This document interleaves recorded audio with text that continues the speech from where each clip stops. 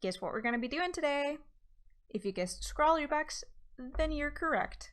Hey everyone, it's Zzoffer and I'm back with another video. So today we're going to be opening this lovely Scrawlr Box that was sent to us by the people at Scrawlr Box. Great, let's get into it. Let's see if we got it. I don't think we did. Nope, we didn't. Okay. Let me just do it the right way. There we go. Oh, here it comes. So we have the pouch with the art supplies. Ooh, I can see something peeking through. We have a booklet of some sort, and we have the print. Let's get rid of this. Is this the most aesthetic way I could have arranged this? Probably not. But let's go with it. So here are the supplies for the August Scrawlr Box. And I see rainbows, so I'm excited. The artist for this month is Jonathan Knight, and here is his information. Okay, so let's get to swatching. So we have the good old swatch book. And let's test the art supplies in here. So first up we have this pencil from Scrawlr in 4H. And I just accidentally swatched it without pressing record, so I'm sorry. All I was saying was that it's pretty hard, and I usually like to go for an HB pencil. Next up we have this Pilot drawing pen. I wonder how big it is. Let's find out. Okay, it's fairly big. Seems pretty good. And lastly we have these chameleon color changing fine liners. I don't know if I've talked about this with you guys before, but I'm not like super into chameleon pens. I think they're a bit gimmicky, and yeah, I don't find them all that useful, and they're really expensive, so I'm not super excited about these. So the way that these work is basically the same as the normal chameleon markers, that they have like a chamber and you can touch the tip of the chamber with the tip of the fine liner and it changes the color and it makes a gradient. Wow. How wonderful. And now I have a bit of a confession. It's not going super well for me today because I did all of this and I hadn't pressed record. I have a new recording set up that apparently it takes some time to get used to. So yeah, here are the swatches. And something that makes me really angry is that the red is not red at all, it's brown. And it's so sad because it looked like such a nice corally pink red color. I don't know what it looks like on screen, but it looked like such a nice color, and then it's just this muddy brown. So I'm really sad. Another thing, and I find this to be the case with a lot of Scrawlr boxes actually, is that this was not made using these. Like, you can tell that the red is not the same red, and there's a purple in here that we don't have, and it's just not the same. And I got really excited about the rainbowiness of this. This is not rainbow. But that's a general thing that Scrawlr Box tends to do. They include a piece of artwork that wasn't necessarily done with the art supplies that they're including, but it looks like it could have been. And it's just kind of like a expectations versus reality kind of thing. So it would be nice if the artwork that they include could have been made with the supplies in the box so that we can see what they can be used for. Just a suggestion, Scrawlr Box, if you're watching this. Another thing I want to mention is I actually made a video about this a while ago, about how you can create these gradients with your own markers, with like any sort of markers that you have lying around at home. So I'm gonna link that in the card if you want to go check it out. And the prompt for this month is Rainbow Renaissance, so I guess we'll make some Rainbow Renaissance art. So the first thing that pops into my head is, you know, I don't remember what the painting is called. The one where God is like reaching out to, is it Adam? You know, where they're like touching fingers. That maybe that could be fun. You know, like this, but better. I'm really not into Renaissance-y things. And I also don't feel like replicating someone else's work, but I just can't think of something I could do that would be original and still Renaissance rainbow. Let's try and put some colors on there.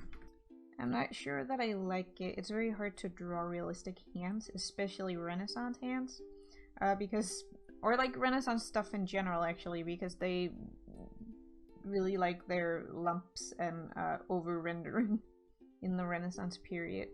So that makes it a bit harder to emulate because I'm not really that kind of an artist.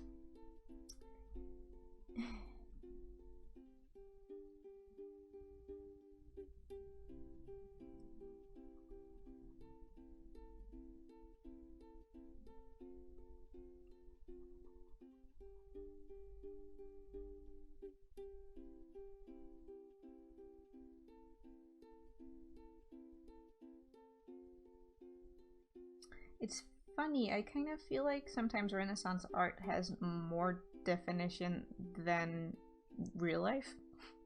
Like they add shadows and muscles and small bips and bobs that wouldn't really be visible, but they're like, look what we can do. Look at all the lumps. Aren't you impressed? And I'm like, no, not really. In my first year of animation school, at one point we had a design class where we had to do a Renaissance inspired piece of art, and we only had one day to do this. We had to draw at least, I think, 5 characters in like a Renaissance-y kind of composition and render it within. It was actually half a day because we had lectures for most of the day, so we ended up having only the evening to do this. And I didn't I don't know if you could imagine, but I didn't manage to make something that was nice at all. Also because Renaissance composition is all about like leading your eye and flowiness, and you can even see like within this, I didn't do a super good job of replicating it, but it has this like flow and leading of your eye, and with pieces with multiple characters, Renaissance art tends to have this like flow where one character is leading into another character, and it's crazy.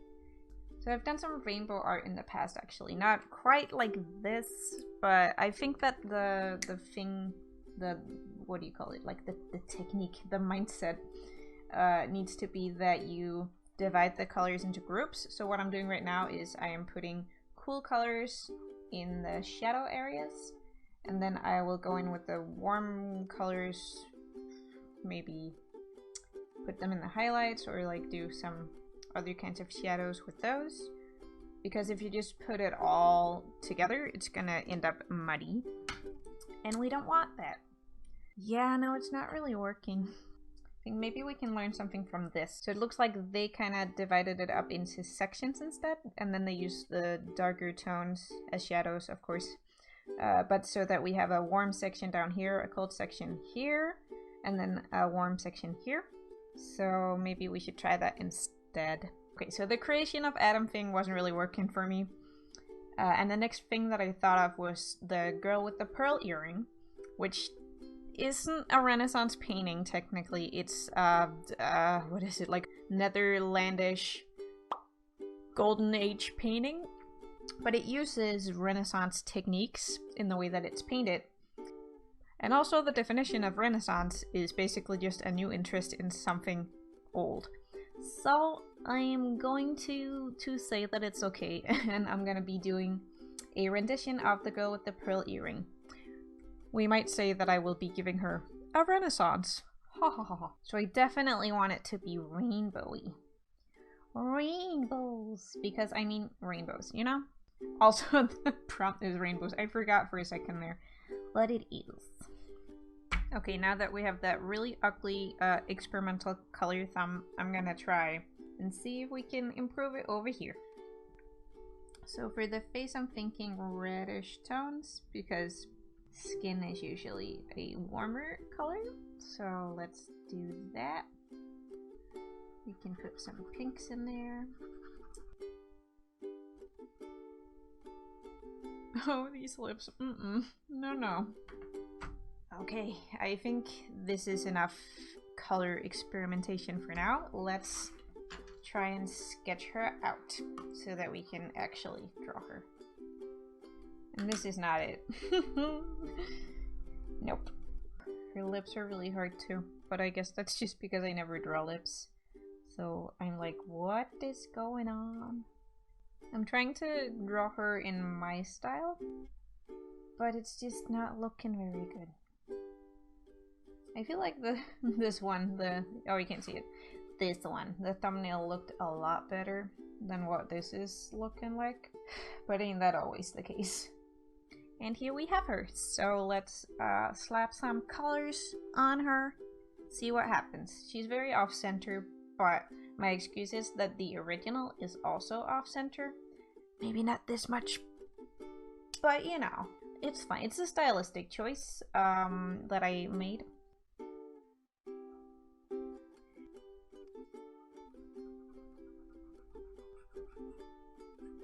We're gonna do some mixing. I wonder if you can mix lighter colors into darker colors. Ooh, hello. Let's see. Not really. I guess you have to mix the dark colors on top of light colors.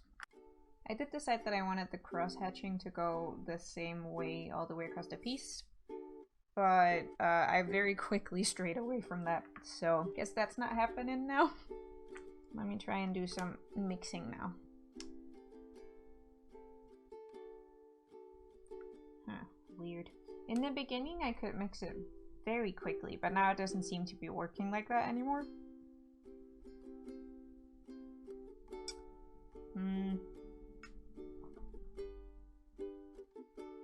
What? It's not mixing. What's happening? Okay, it says on the paper that you're not supposed to fuse them for more than 30 seconds. And I feel like I just had it for 30 seconds and nothing happened. What? Are they broken? What's... what if I put the blue on here? What's happening? I'm putting the blue onto the yellow, and it should make it blue because yellow is such a light color that it should work. But nothing's happening. I don't understand. Okay, so now it looks blue. Let's swatch it over here. Right, okay. So now it's working. This is a bit of a pain in the butt. Now I guess we can go ahead and make a nice gradient from green to yellow.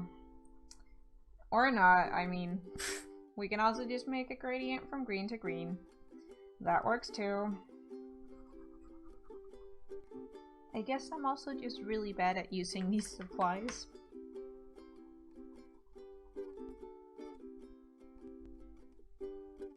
Ooh, that's a pretty gradient. Okay, I'm gonna try something dangerous. I'm gonna try and do the shadow on her nose as a gradient.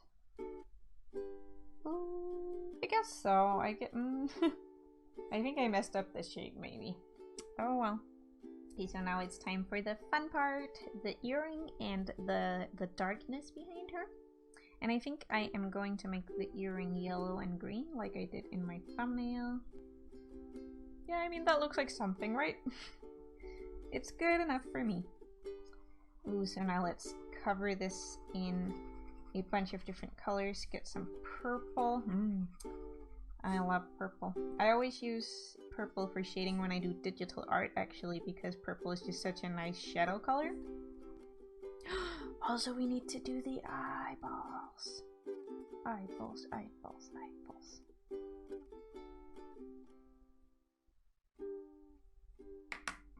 Oh yeah, that really makes it pop. Nice.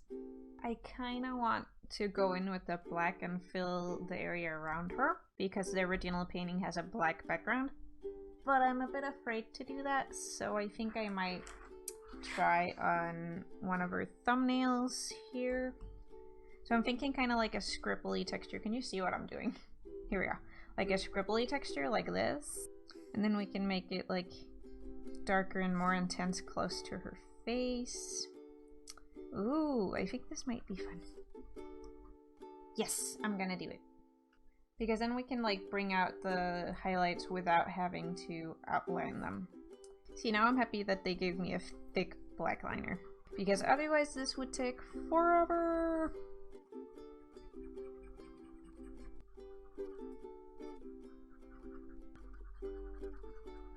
I wonder if I should go all the way around or leave it on the left side of her.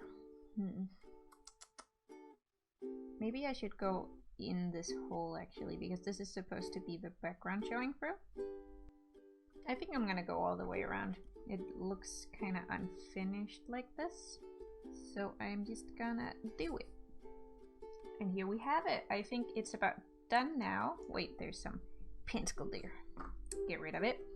And the only thing I haven't used is this gray chameleon pen, so I'm just gonna use it to sign it. Boom. And we're done. So that was a bit of an experience. I'm sorry if it got a bit negative in there, but once I figured it out more, I started kind of having a bit of fun. It's obviously not my best piece of art that I've ever made, but I mean, I love rainbows, and it did turn out kind of rainbowy, so I'm not mad anymore. Great! So I hope that you guys enjoyed the video.